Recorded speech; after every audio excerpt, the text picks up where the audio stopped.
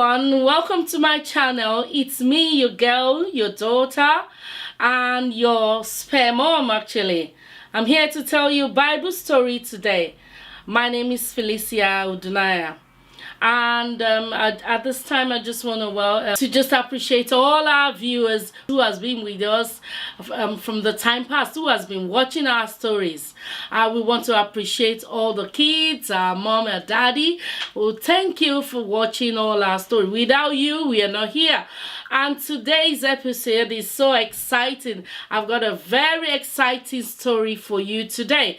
And if you want to log on to or subscribe to watch more stories, you can go on Save Omega Media. And also, you can also go to my personal page on my Facebook page, Felicia Odunaiya. And if you have any comments, you can go on feliciaodunaiya@gmail.com. I hope you will be blessed. Let's go on to today's story. Today's story is telling us about Joseph's dream. Joseph's dreams. I know most of us normally have our dream. So we are going to look into the Bible. And in the scripture, in Genesis 37 from verse 9 to 11, we found how Joseph had a dream and he told his family. Come with us. Then Joseph told his brother, listen, I've got another story. I've got another dream today. What dream? You've got another dream again. Come, it's an exciting one. When he told his father and his brothers, his father rebuked him. Go and sit down. What another dream again? You mean I and your mother, we are going to bow down for you with all your brothers? No, it's not going to be possible. Actually, Joseph was down because of his dream. He wasn't happy. He wasn't happy. God spoke audibly to Abraham, Isaac, Jacob. But in the time of Joseph, God never spoke aloud. God spoke to him while he's sleeping. How many of us do God speak to when you're sleeping? How many of you God whispered to when you're sleeping? God speaks to Joseph while he's sleeping, but instead he communicated through his dreams. The first time was when Joseph was 17 and he had dreams 2 times. He would rule over his family. What a great dream! What a great dream Joseph had. The dream was probably initially interpreted as Joseph's beliefs, and he should be the favored first son of the family, who would have given authority over the family after his father's death. Joseph saw himself as the one taking over his senior brothers. That was his dream. Of course, the eldest brothers were jealous. Why do you want to override us? Why do you think you are going to be the leader and we're gonna serve you? No. They got jealous. The second dream was when he would even reign over his parents, which went beyond the idea that he would just receive the blessing from his father, but he won't become a national leader. His brothers were furious. Why should he be Joseph? Is he always the favorite? Is he always the favorite? It surprised us to read that as soon as Joseph had the 2 dreams, his brothers were really jealous, and this caused them extreme anger, which led to which led to his imprisonment and suffering. What a pity for Joseph. He didn't have a very good brothers. They were really furious about his dreams. They were even afraid for him to sleep because they don't want him to have more dreams. Do you have a dream? If you have a dream, drop your message and we can share your dreams and we can all be excited for you. We are going to be excited for you.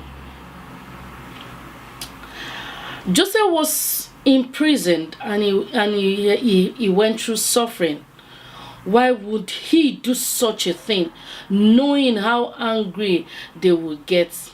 Something that Joseph has been spoiled to the point where he completely lost his insanity.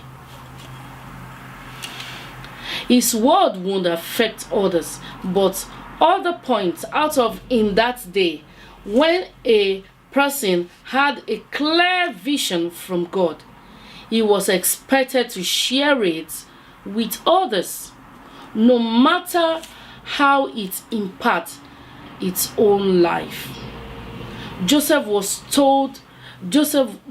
had told Pharaoh later, when he had 2 dreams with the same message, that the matter had been firmly decided by God and God would do it soon. We can see that in Genesis chapter verse 41, verse 32. Take a look. One night, Joseph had a strange dream. He was very excited and he went to his brothers who were herding the sheep. Hey, Simeon, I had a very strange dream yesterday night. You should hear this. Oh, look! Daddy's little pet had a dream. Don't waste my time, boy. I have a lot of work to do.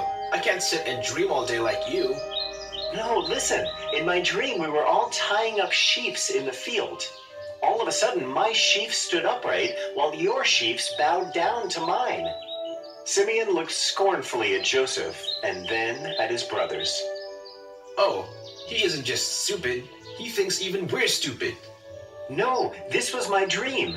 And listen, in another dream, the sun, the moon, and the stars were all bowing down to me. That was so beautiful. So now you want us to bow down to you, huh? Run away before we beat you with this stick.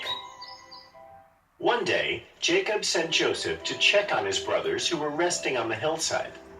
They were actually talking about Joseph and how irritating he was. When they saw Joseph running to them from a distance, they got so angry that they actually planned to kill him. Reuben, the eldest brother, felt strongly against this, but he knew that his brothers were too angry to listen to him. Let's kill this irritating boy and we don't have to worry about him ever again. What do you think, my brothers? Come on, Simeon. We're his brothers. We can't just kill him. We'll just throw him into this deserted well and decide what to do with him later. That's a good idea. As Joseph came to where their brothers were resting, Simeon and Reuben held him while another brother took off his colorful coat. Then they threw him into the well. The brothers returned home, leaving Joseph all alone in the well. Reuben was sad at what happened. He planned to come around later and rescue Jacob. Just then they saw a group of merchants were passing by. They were from Egypt and were returning after selling their merchandise.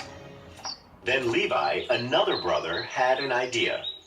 Why don't we sell Joseph to these Egyptian merchants? That way we can get rid of him once and for all without killing him. That's a great idea, Levi. Let's do it. Call those merchants here. We'll also have some money on our hands. Where is Reuben? Will he agree with this? He went to pick up something. Don't worry, he'll agree with us. The brothers tied Joseph's hands behind his back and sold their little brother to the merchants for 20 silver coins. When Reuben came back, he was terrified to hear what his brothers had done, but he could not say anything. The brothers then took Jacob's coat and sprinkled it with the blood of a goat. The brothers went back to Jacob and told him that Joseph had been captured by a wild animal.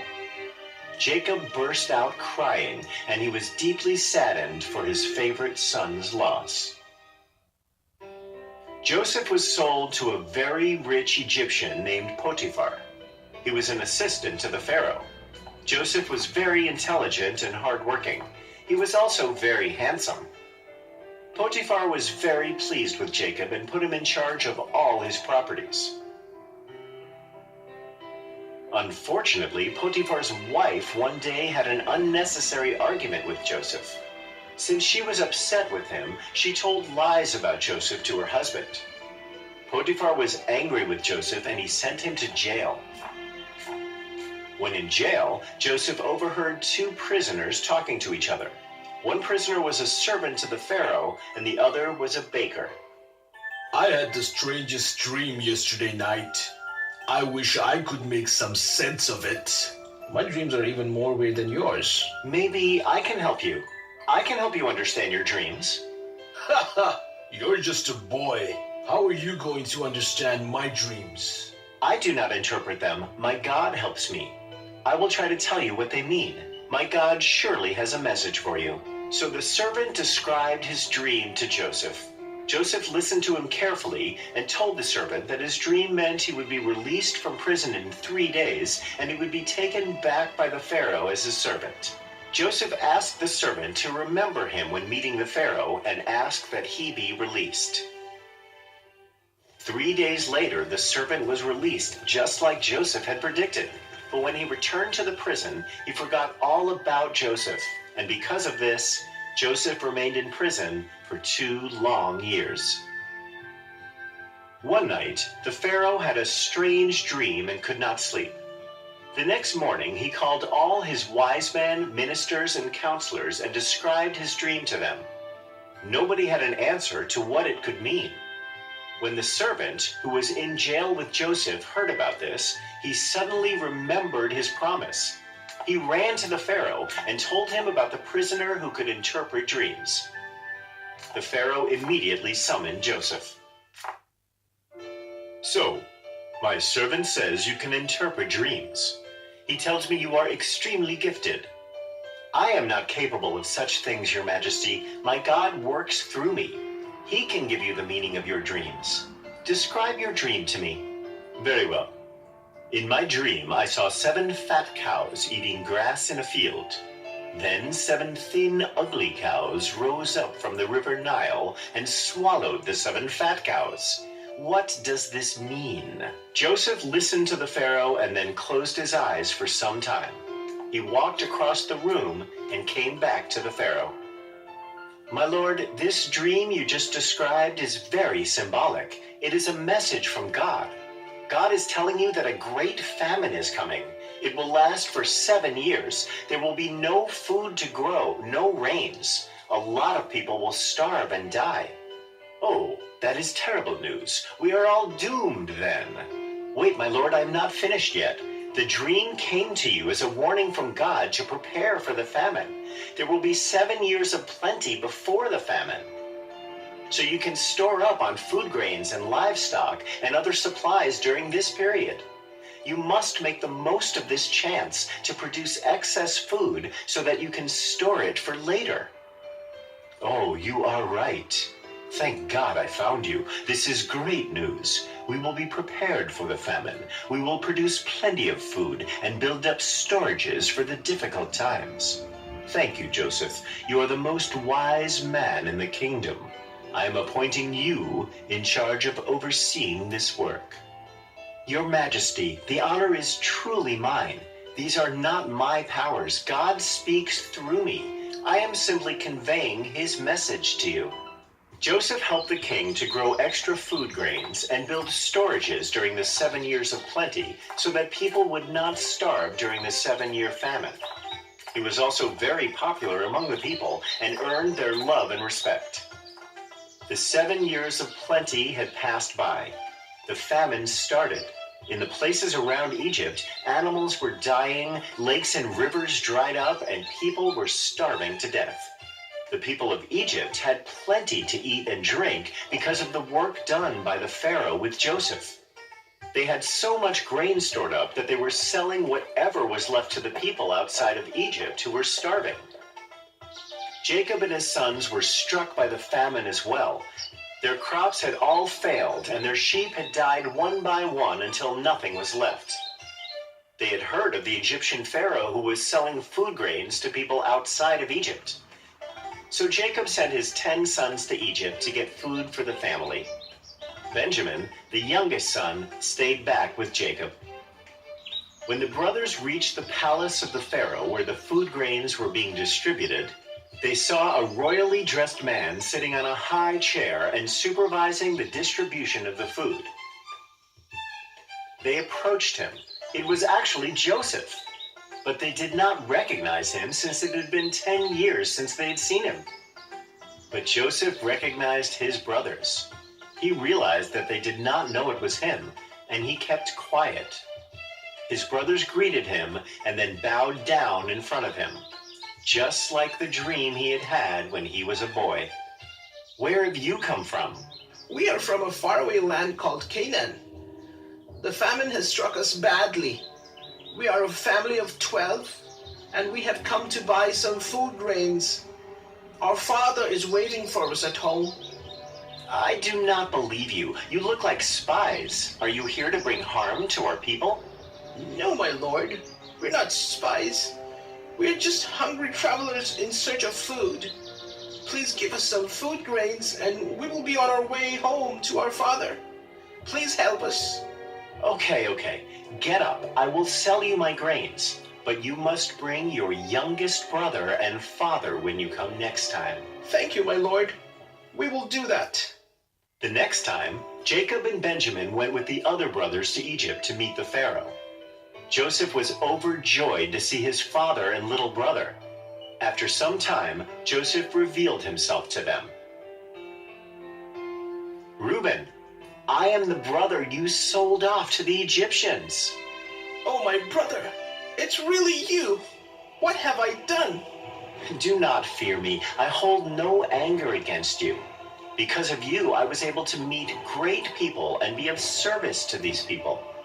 I was able to help feed them in the time of starvation. I have earned their love and respect, all because of you. I want all of you to come here in Egypt and live with me. Jacob could not believe that his darling son was alive after all these years. He ran to him and hugged him, while his brothers bowed down to him, just as he had dreamt many, many years ago. If Joseph believed that his own 2 dreams were sure to happen, he probably felt obligated to tell others. Joseph's statement to Pharaoh that when one has 2 dreams, God is certainly ready to answer the dream soon. At that time, Joseph said those words. He had been living with Godians for more than 2 years, and 2 dreams in his own life had gone unfulfilled for 13 years.